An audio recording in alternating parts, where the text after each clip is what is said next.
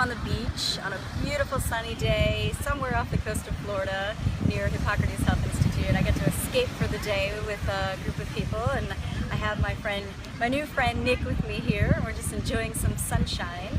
And Nick was asking me a lot of questions about various health issues and so forth, and I thought that it might be beneficial if he asked me the questions on camera, so that maybe if you guys were thinking of some of those questions, that I could help you with the answers to those questions.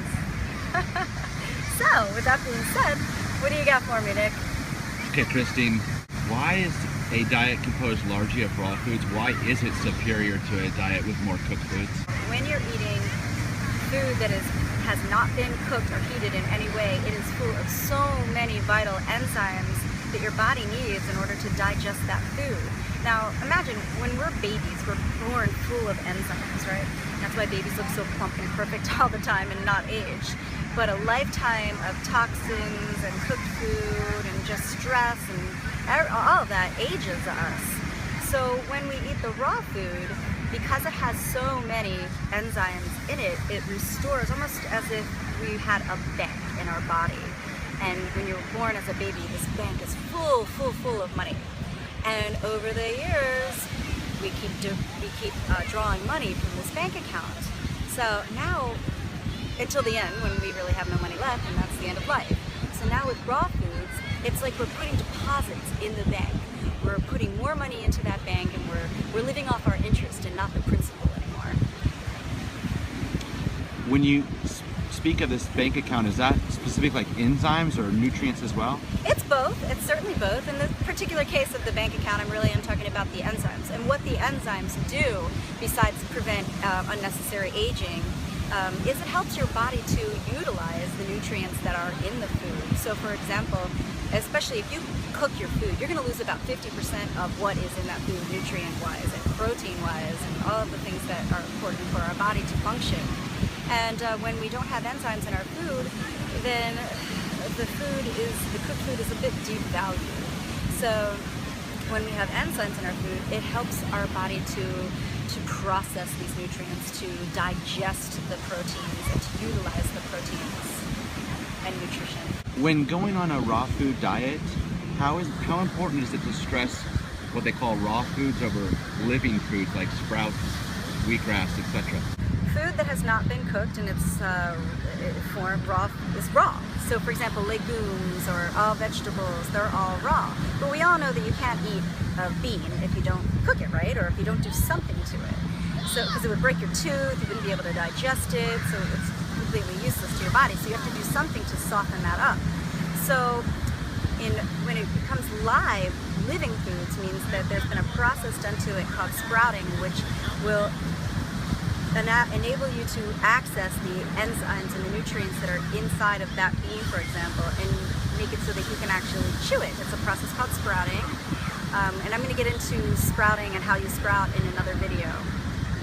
Are there certain nutrients that are indeed destroyed or unavailable after you cook them? 100% of the enzymes are going to be destroyed in the cooking process, that's for sure. And pretty much everything else, I can't say specifically what the percentages are of which nutrients are going to get destroyed within cooking, but not only does cooking destroy vital nutrients, but it also increases carcinogens from the cooking process itself. So are there certain nutrients that a person doing a raw living food diet tends to be low in, specific nutrients? Well, you'll hear a lot that vegans don't get enough B12, and that's true. A lot of vegans don't, because mostly B12 comes from meat. But I got news for you. There's a lot of meat eaters that are deficient in B12 too. So it's not necessarily the source, but it's your body's ability to really assimilate and digest it. So if your body is highly acidic, as it would be if you were eating meat and processed foods and dairy, then your body's not going to be able to absorb the B12. You find a lot of vegans who are deficient in B12 because they're not eating the right kinds of foods that are rich in B12, like sprouts, sea vegetables, sauerkraut. God, there's like a whole list of B12 that I give to, of foods that contain B12 that I give to my clients. It's important to make sure. Bee pollen is one of them. Of course, that's not vegan, but blue-green algae, that's one of the highest in B12. And I know this is going to sound kind of gross. It's not enough, but all of this helps. But you don't want to be over-sanitizing everything. If there's a little bit of dirt on your carrot, it's not going to kill you. It actually could have some B12 in it. On that topic, Christine, what is the role of supplements in a raw living diet? Are they needed? It depends on the individual. It depends where you're coming from. If you're coming from just a standard American diet or a lifetime of toxic abuse on your body, it helps initially to, oh, he's pointing to himself. It helps initially to use supplementation to kind of kickstart your body into gear. And once you can clean out toxins and your body's able to absorb and digest the nutrition a little bit better, you need less of those supplements. I don't think that long-term use of supplements is healthy for the body. I think it can be hard on the liver, it can be hard on the kidneys, so it really just depends on a case-by-case situation. What about stuff like you mentioned algae? Is that a supplement or is that more of a food, and is it necessary? It is a food, but it comes in a supplement form. Not only does it have all of these enzymes and B12, but it's actually really high in omega-3 fatty acids. And you're going to get omega-3s in a lot of food that you eat, but if you're over-consuming the 6s and 9s, then the 3s aren't going to really be able to do their job to help your brain and your heart and your muscles and your joints and everything that omega-3 fatty acids are so good for. So you really want to reduce the 6s and 9s, which would be oils. I'm not a big oil person, so this even includes olive oil and things like that, and very, very minimally use oil. You want to get your food, your fats from whole food sources.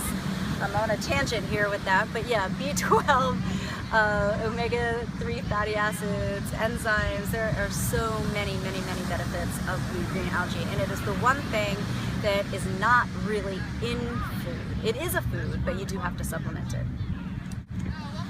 Now, on something you kind of talked about, oils, what's the proper use or consumption of like nuts and seeds? I think that's a trap that a lot of vegans fall into, where they think nuts are good for them, so they should eat a lot of nuts. And there are a lot of nutrients. Like, let's take almonds for example. They're very high in calcium, but so are dark leafy greens. So the thing is with nuts is they have so much fat in them, you really shouldn't overconsume them, because then it's going to trap sugars in your body. You may have a little weight gain. A lot of people will eat nuts, especially when they're first starting out, because it'll help them to get over denser foods like meat and drier foods. You crunch into a nut, it's a little dry, it's dense, so it's a good transitional food.